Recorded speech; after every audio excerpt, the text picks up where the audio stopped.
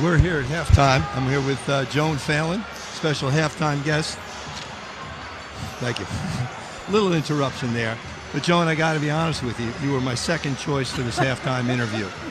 My first choice, of course, would have been Pat Guerin. Pat Guerin, longtime teacher here at DeMatha. She established the Academic Support Center, a good friend of yours.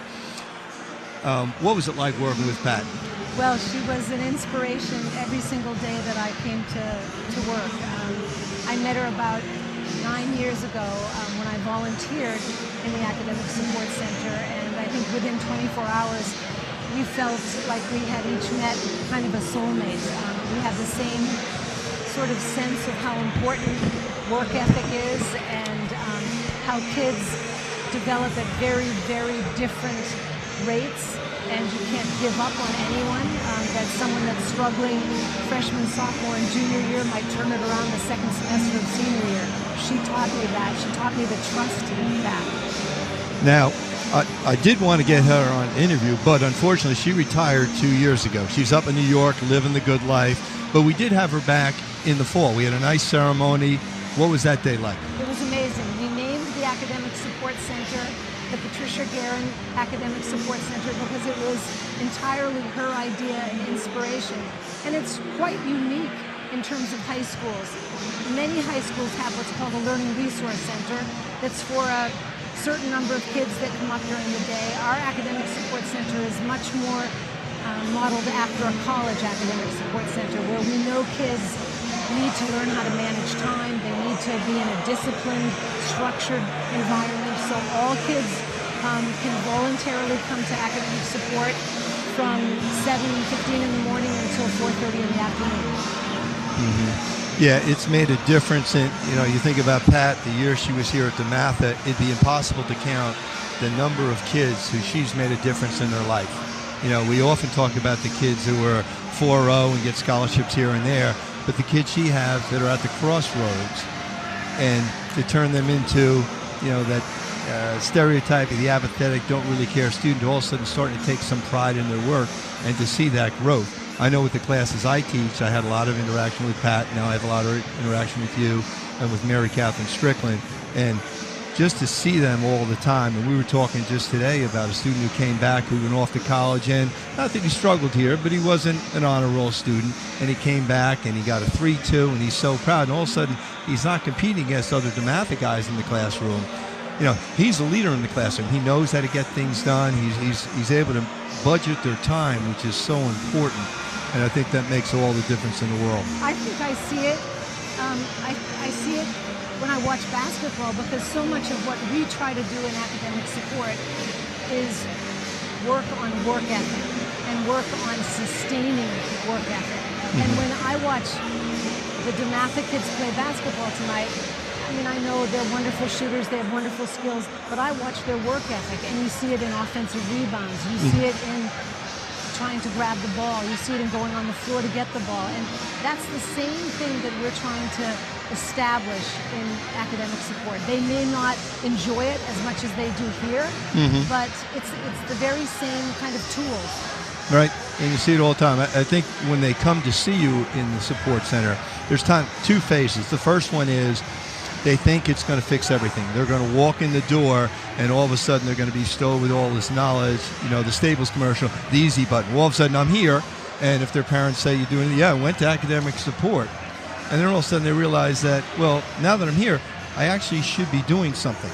I often kid my kids in class about, you go to the weight room, do you just walk in the weight room to get stronger? No, you got to lift the weights. So when they come to see you, they're actually going to start to lift the weights. And some of them just need to know how to study, how to break something down, and how to work through a problem step by step, and to taste some success. And then all of a sudden, they're prepared for class. They're paying attention more in class. They're answering questions in class, because we all like being successful. So even though maybe geometry or trig isn't as much fun as playing basketball, you do get a good feeling. You get that back. We were talking about one student today got a 96, where he hadn't been that successful in the past.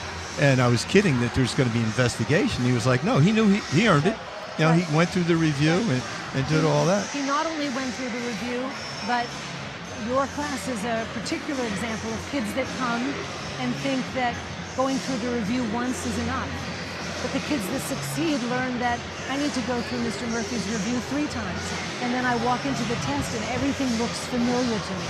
It looks familiar because I've done it over and over again. I mean, it's the gift of repetition. Mm-hmm. Now, let's talk about your family. I'm not going to ask you how many years you're married to Chuck, because I asked you that before and you kind of stumbled over the answer. I don't think Chuck would feel real good about that. But how many children do you have? 6 children, 4 boys and 2 girls. And they're all adopted. They're all adopted. Yep, they're all adopted from all different places, but all in the United States. Mm-hmm. Now, what started the connection with DeMatha? Well, I really didn't know anything about DeMatha. And my middle son, Keith, was a flutist in middle school and a wonderful soccer player. And he was very tired of playing flute with all girls in the flute section. So he asked usually when they get to high school that changes, but okay. He asked his music teacher where he might go, and the music teacher said there's one place to go for music that's better than some of our Montgomery County music, and it would be DeMatha. She had known John Mitchell at University of Maryland. Keith came over, I drove him over, I sat out in the parking lot while he went in and auditioned for Mr. Mitchell and Mr. Roper. And he came out and said to me, I don't want to look anyplace else. I asked Mr. Mitchell if I could play soccer and play flute. And Mr. Mitchell's response was, we expect you to do that here, Keith. So that was Keith, and he graduated 2008. 2008. Mm-hmm. And then Sean came along, and he was? Sean was 2013. 2013. And I think the story is you actually started working here because you were working with some of the friends of your sons and tutoring, doing things you normally do with your family. And your name kept coming up in the exit interviews for seniors, that you would help some of those to do better. And Dr. Mann got in touch with you, and you started volunteering. Mm-hmm. Is that how it started? Yes, and again, it's a tribute to Pat Guerin, because Pat invited me in to her tiny little office at the time. And, it was not an easy place for 2 people to necessarily work. We hit it off right away, and now we have a pretty big space above the old gym. Well, it just keeps growing. Like so many things at DeMatha, it starts with a small idea, and then with the great staff that we have and the support of the administration, we just pursue excellence, and that thing has grown. And probably the only negative is with our new schedule, it's more like a college schedule. You're open 24/7 in there. I mean, there's more free time in inners where they can come. Their lunch period's a little bit longer, they can come, but they're certainly reap the benefits. All right, I got one last thing. I'm kind of old, so I get here early. And then I leave kind of late. I usually stick around and do something. Your car is that little blue and white Mini Cooper.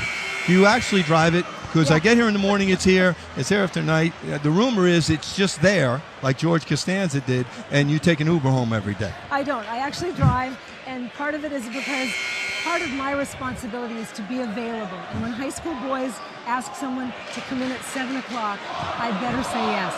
It takes up your time, but it does make you feel pretty good. Joan, this was great. Thanks for everything, for being here tonight, and certainly the work you do with our young gentlemen and scholars. Thank you. It's a pleasure.